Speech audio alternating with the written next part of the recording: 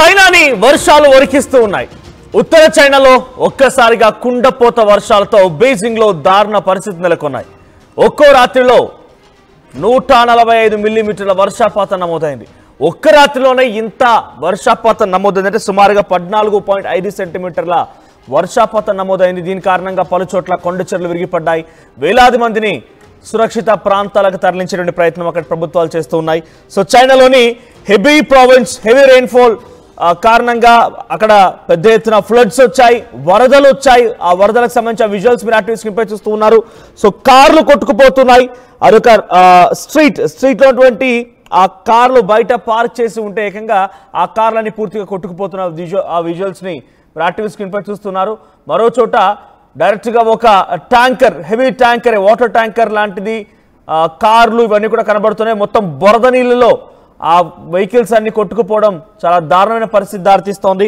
So హుబేయి, Henan and Sichuan ఈ provinces లో భారీ వర్షపాతం నమోదైంది. సుమారుగా ఈ ప్రాంతంలో ఇప్పుడు డెడ్లీ ఫ్లడ్స్ వస్తున్నట్టుగా అక్కడి వాతావరణ శాఖ అధికారులు లేకపోతే అక్కడి వార్తా కథనాల్లో పెద్ద ఎత్తున వార్తలు ప్రచారం జరుగుతూ ఉన్నాయి. సో స్కూళ్ళని క్లోజ్ చేశారు, పవర్ అవుటేజెస్ ని క్లోజ్ చేశారు.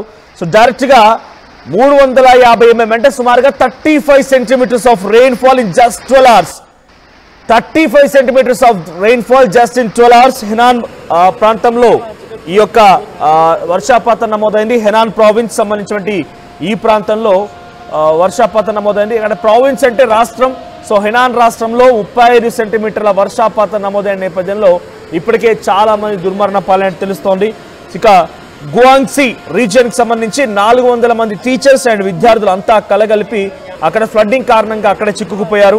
ఇక Beijing the capital activated city wide flood emergency response.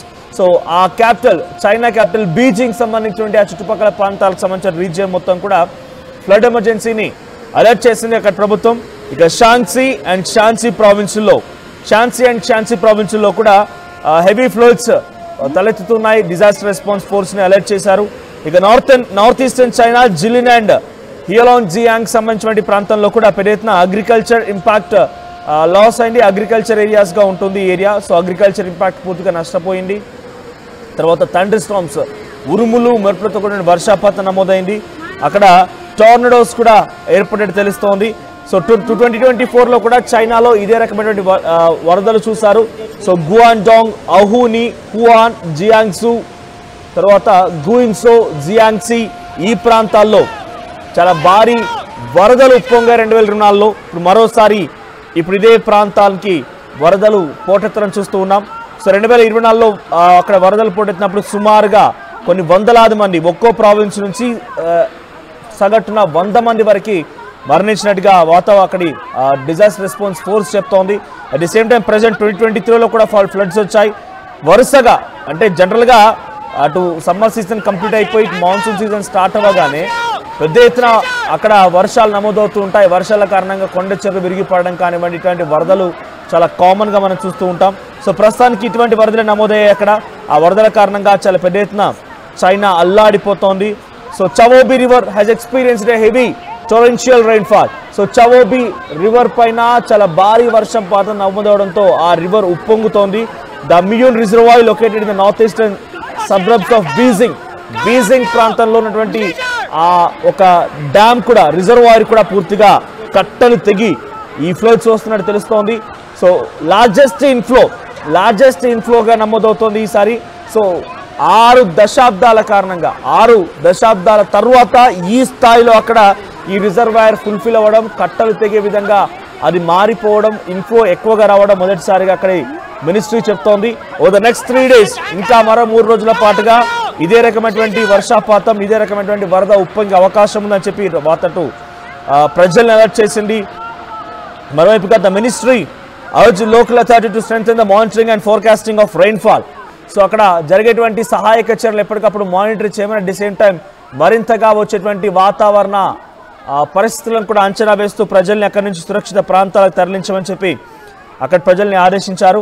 ఇక మరోవైపుగా 22,000 మంది ఇప్పటికే వేరే ఒక సురక్షిత ప్రాంతాలకు తరలించారు.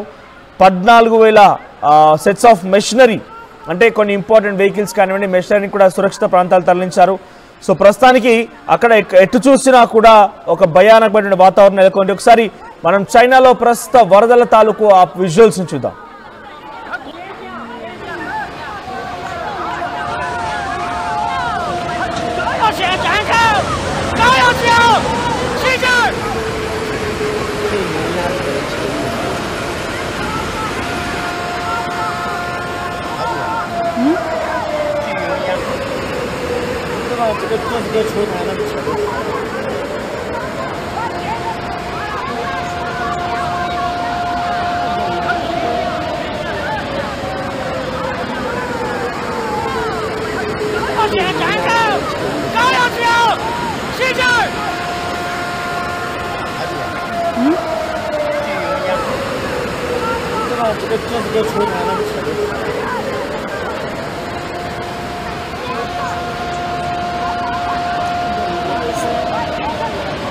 చైనాలో 35 సెంటీమీటర్ల వర్షపాతం నమోదవడంతో అక్కడి వరదలు పెద్ద ఎత్తున తలెత్తుతున్నాయి. వాగులు వంకలన్నీ కూడా ఉప్పొంగి ప్రవహిస్తున్నాయి. డ్యాములు అయితే ఏకంగా రిజర్వాయర్లు, డ్యాములు ముఖ్యంగా Beijing, north eastern of Beijing ప్రాంతంలో పెద్ద ఎత్తున అక్కడ వరదలు ఉప్పొంగడంతో ఇప్పటికే 22,000 మందిని సురక్షిత ప్రాంతాల నేపథ్యంలో కొన్ని ప్రాంతాలకు తరలించారు, సేఫ్ జోన్స్ కి తరలించారు. అక్కడ రెస్పాన్స్ ఫోర్స్ కూడా రంగంలో దిగింది. ఎప్పటికప్పుడు పరిస్థితిని అంచనా వేయమని చెప్తున్నారు. సో 60 ఏళ్ల తర్వాత ఈ స్థాయిలో అక్కడ వర్షపాతం నమోదైందంటే ఈ స్థాయిలో అక్కడ వరదలు వస్తూ ఉన్నాయి. సో ప్రజలంతా ఉక్కిరిబిక్కిరి అవుతున్నారు, ప్రాణాల చేతిలో పెట్టుకొని బిక్కుబిక్కుమంటూ బతుకుతున్నారు. ఏకంగా ఒక ప్రావిన్స్ సియాన్ ప్రావిన్స్ సంబంధించినటువంటి ఆ ప్రాంతంలో ఏకంగా 400 మంది విద్యార్థులు అండ్ టీచర్స్ అంతా కలగలిపి ఒక వరద ఉప్పొంగడంతో ఒక బిల్డింగ్లో చిక్కుకుపోయారు. చుట్టూ మొత్తం వరదే అక్కడ కనబడుతోంది. సో ఇంకా చాలా భయానకమైన పరిస్థితులు అక్కడ నెలకొన్నాయి.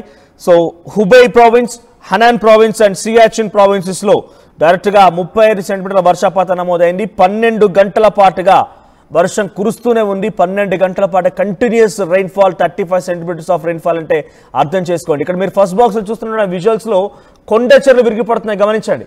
కొండ చెరువులు విరిగిపడుతూ ఉన్నాయి. ఆ మట్టంతా కిందికి అలా జాలువారుతోంది. సో వారంతా ప్రజలు భయభ్రాంతులకు గురైపోయి పరుగులు పెడుతూ ఉన్నారు.